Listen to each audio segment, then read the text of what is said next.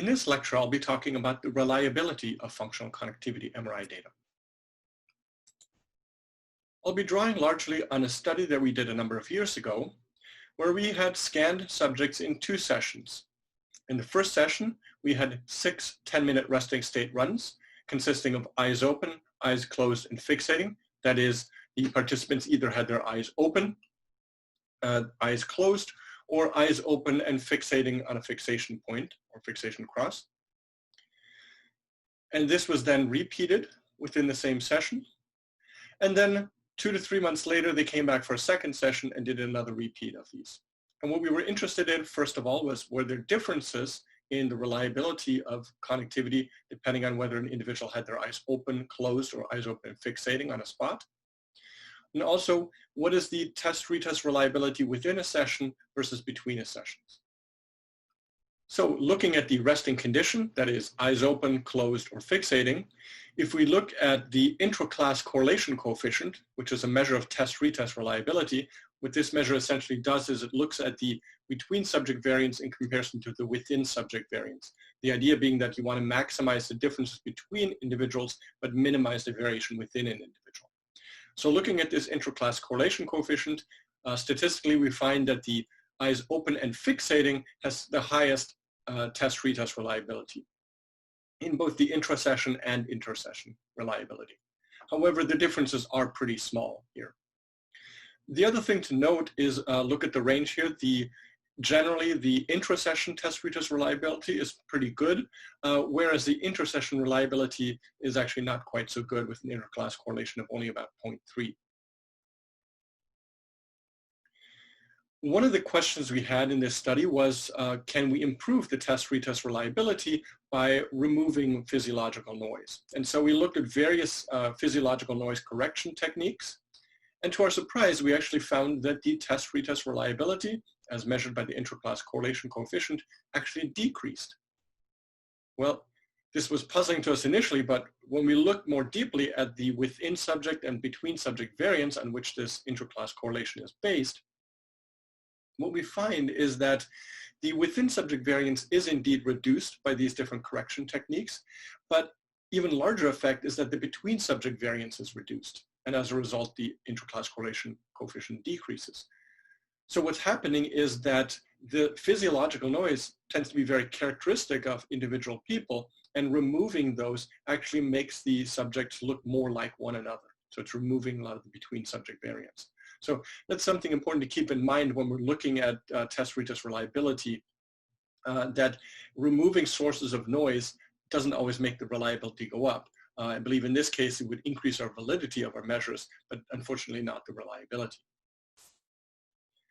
So let's look at scan duration. There was a study published from Van Dijk and colleagues in 2010 looking at the functional connectivity for different durations of the scan. And the curves at the top are showing the functional connectivity between 2 areas that are expected to be connected, and also here in blue, the areas that are expected to be anti-correlated with one another. And you can see across a wide range of durations that we actually have strong connectivity. And the graph here at the bottom is showing the functional connectivity with areas that we don't expect to be connected, like the CSF and the white matter. And you can see that that connectivity, which would be essentially the false positives, decrease with increasing durations and plateaus somewhere around 5 to 7 minutes. So based on this study, the conclusion was that you'd need about 5 to 7 minutes of data to get a good measure of functional connectivity. So we took a look at this in terms of test-retest reliability. And what we found is that on average across all the different connections we looked, the test-retest reliability continued to increase well past the 5 to 7 minutes of data, reaching a plateau more in the sort of 15 to 20 minute range.